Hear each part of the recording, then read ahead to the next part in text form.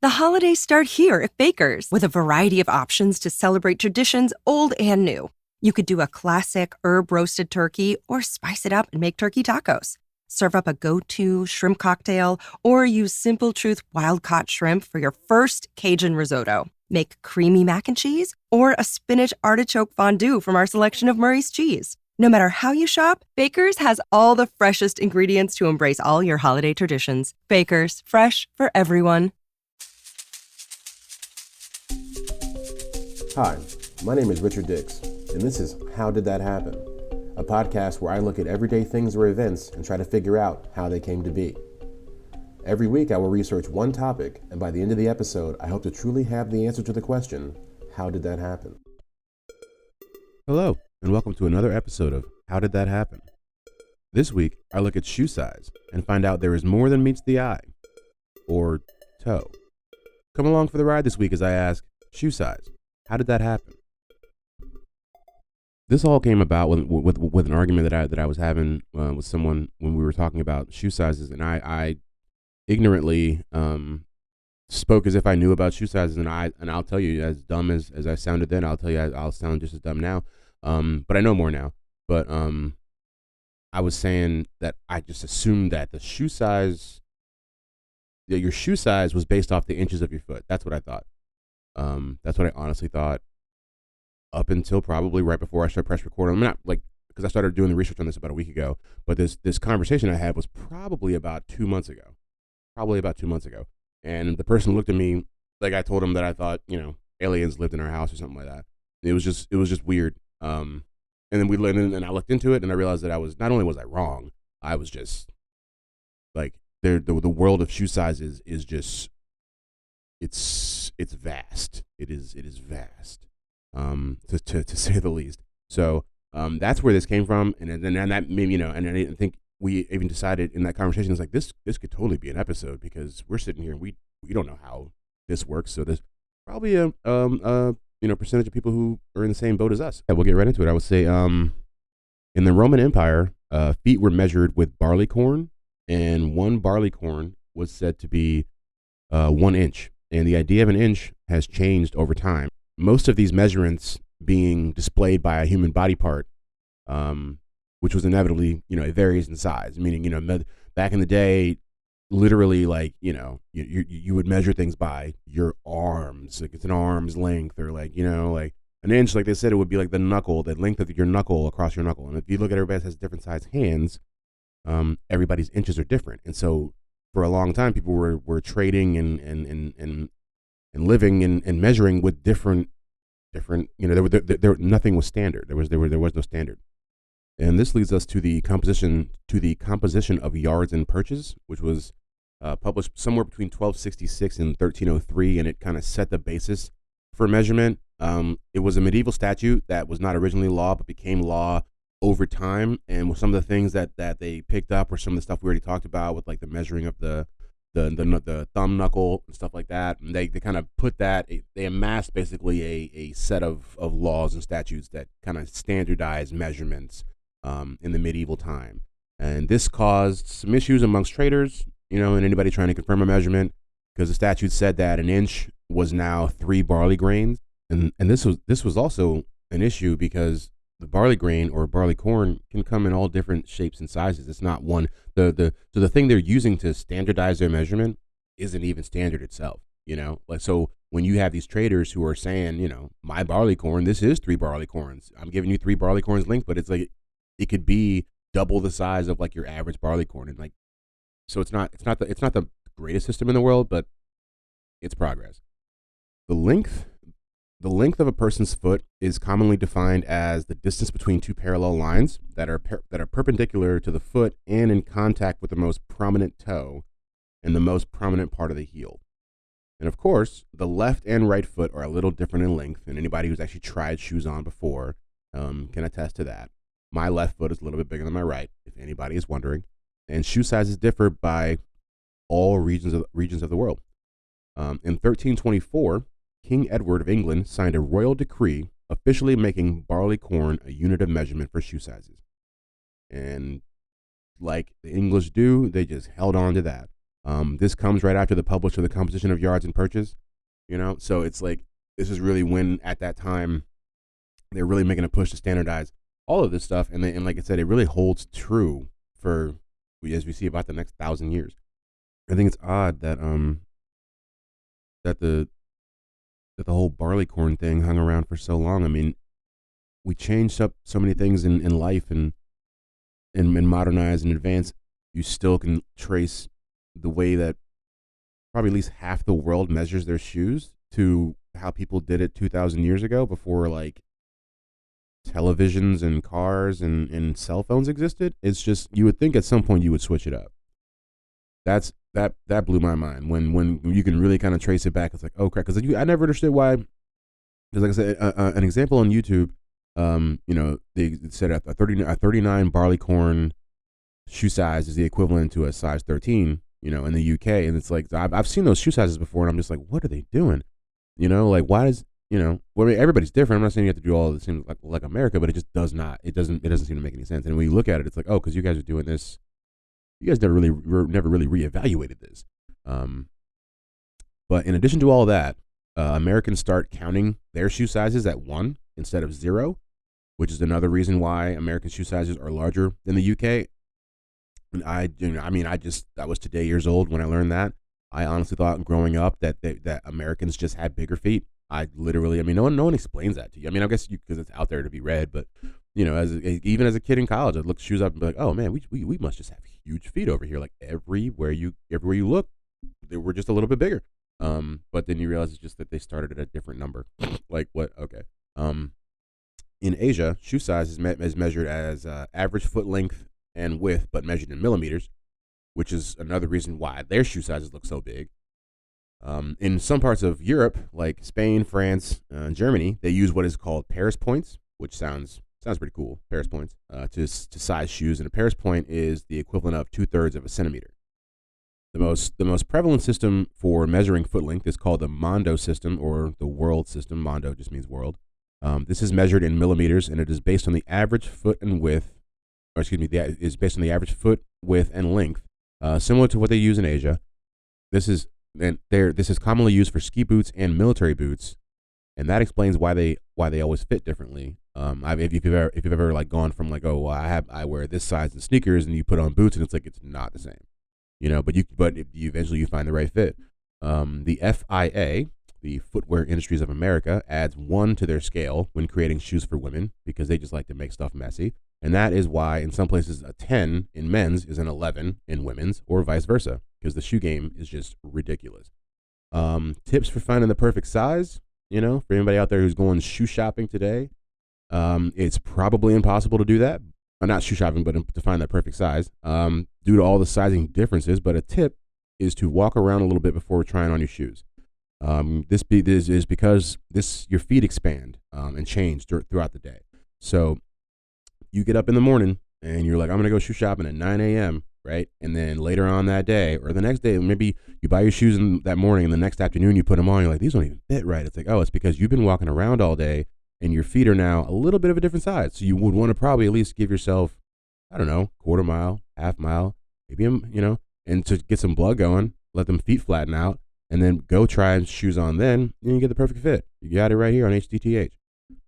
All right, let's see. Half sizes were introduced in America in 1887 and adopted by British manufacturers shortly after that.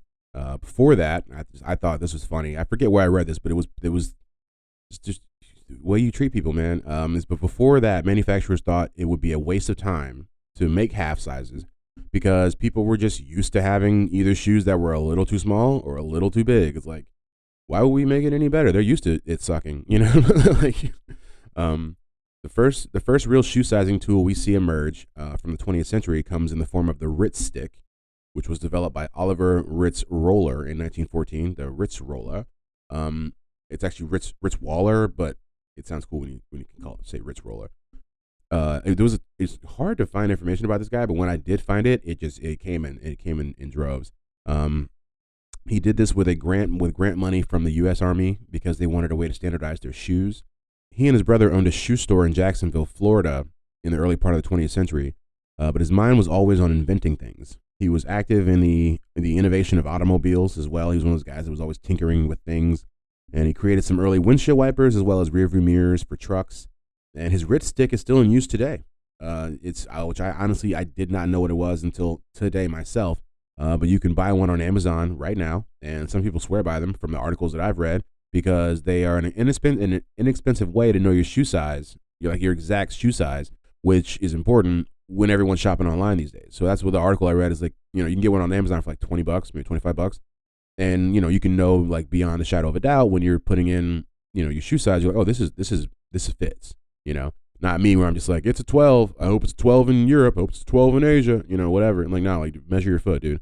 But yeah, the shoe sizing machine that we're all familiar with right now, that I would be willing to bet that everyone, well, not everyone, but if you're in America and you were raised sometime in the last century almost, we've all had our foot measured with this device sometime or another, and it is the Charles Brannock, the Brannock device.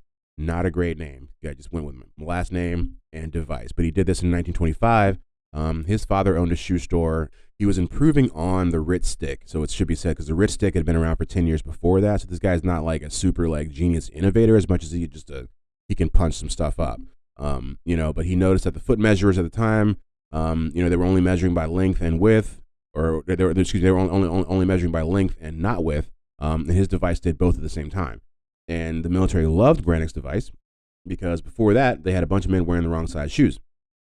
And so then, and this is because while the Ritz stick was used for the Army, it takes time for things to go mainstream. And like I said, Brannock's device was better. So they were viewing it the same way with the half sizes as like, well, these guys will just be fine with a one size up shoe or one size down shoe. And then they realize, that they're not, and then you get the Ritz stick and it gets a little bit better. And then we get the Brannock device, which is like, it's like, now we can make shoes.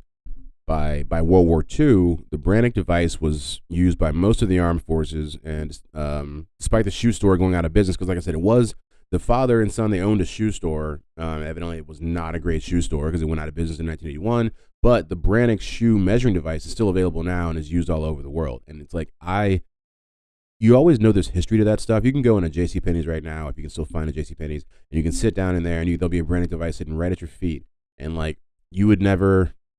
I don't know. No, I've never, I never thought where it came from. That's pretty much it for shoe sizes, because the rest of it it's then you're breaking it down. Then it's like shoe sizes are like this, or and they measure in this part of the country. Like that's true. My real question, which was the impetus behind this, was why or how? You know what I mean? Why is it that we all have not the same size feet, but we all have feet that basically shape the same way, but we're all just like, nah, I'm measuring them this way, nah, I'm measuring them that way. That's pretty wild when you think about it in the sense like we're all humans who have feet who generally look the same, but all over the world we measure them differently. I mean, is that because of the size? Is it because of the way we think? Who knows? I don't know. That was kind of my question, and that is how shoe size happened. And now it's time for the roundup. And we're going to round it up. Romans used barley corn as a system of measurement for their feet. England continued this into the medieval times by standardizing a version in the composition of yards and perches in the late 1200s. This continues on today in parts of the UK and Europe. There are other methods for measuring shoe size, such as Paris points or the Mondo system. And you can measure your feet with either a Ritz stick or the Brannock device. Things I didn't know before, and now I know them.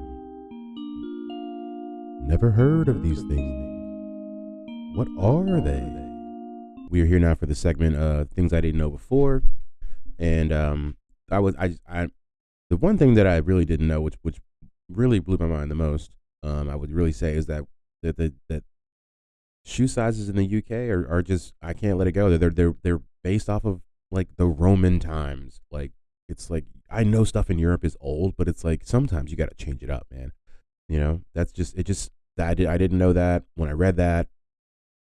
I don't know. It was, it put some things like I was able to understand some things, but I was still just like, so nobody in the last 2,000 years was just like, should we do it a little different? I don't know. That was a big thing for me that I didn't know before. There's another one I hear that I didn't I looked it up because I thought it would be interesting. It's the biggest shoe sizes in the history of the NBA, because we're talking about shoe sizes. And one thing that I used to do as a not even as a kid, as an adult, I would go into like Ross, Dress for Less, into like where they sell the shoes. And at the far end, they have like those, like the 14s and the 15s. But I would just go in there and just pick them up sometimes, and just look at them, and like I would just start laughing, because when you hold a shoe, when you hold like a size 21 in your hands, in both your hands, first off, you just I don't know, like my first inclination, like I just laughed, and I didn't know that, and it's kind of fun. So maybe the next time you're in Ross, I mean, you're looking for your little pillows or some discount underwear or whatever, go over to the shoe set, go over to the men's shoes department, right? And just pick up the biggest shoe you can find in there, and see if that doesn't make your freaking day. See if you don't just laugh and if you don't, then come back and tell me that I have a problem, which is probably, I know that to be already true.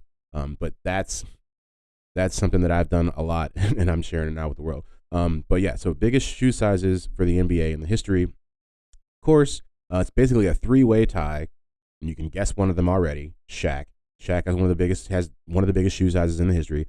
22. These guys are wearing size 22 shoe, almost 2 feet long. So it's him. Who is it? Taco Fall, who is currently in the NBA. He's the only one that's currently in the NBA right now that's playing. Shaq, is retired. And then there's a guy named Bob Lanier, I think back in the 70s and 80s, who also had a size 22 shoe and had to have like custom, because it was so long ago, Converse had to make custom shoes for him. But yeah, so that was, I just figured because we're talking about shoe sizes, that would be interesting. By contrast, the smallest shoe size in the NBA, 9.5, by a man named Earl Boykins. 9.5. Okay. That's pretty much the episode. I appreciate, like I say every time, all you guys that tune in, and everybody that presses play. I appreciate you guys, and anybody that stops by the Twitter page and leave some love, and comment about whatever random stuff I post on there. We're trying to grow. We're still trying to see where the next step is. We're not sure yet. And yeah, that's been another episode of How Did That Happen. Be sure to like, rate, and subscribe. Give me your comments wherever you can put them down. I'm happy to hear whatever you guys have to say. Like I said, thanks for listening. See you guys next week. When you download the Baker's app, you have easy access to savings every day. Get the most out of weekly sales and receive personalized coupons to save on your favorite items, all while earning 1 fuel point for every dollar spent. Baker's makes it easy to save while you shop, whether it's in-store or online, so you get the most value out of every trip, every time. Download the Baker's app now to save big on your next purchase. Baker's, fresh for everyone. Must have a digital account to redeem offers. Restrictions may apply. See site for details. Judy was boring. Hello. Then Judy discovered ChumbaCasino.com. It's my little escape. Now Judy's the life of the party. Oh, baby, mama's bringing home the bacon. Whoa, take it easy, Judy. The Chumba life is for everybody. So go to ChumbaCasino.com and play over 100 casino-style games. Join today and play for free for your chance to redeem some serious prizes. ChumbaCasino.com. No purchase necessary. Void where prohibited by law. 18+ terms and conditions apply. See website for details.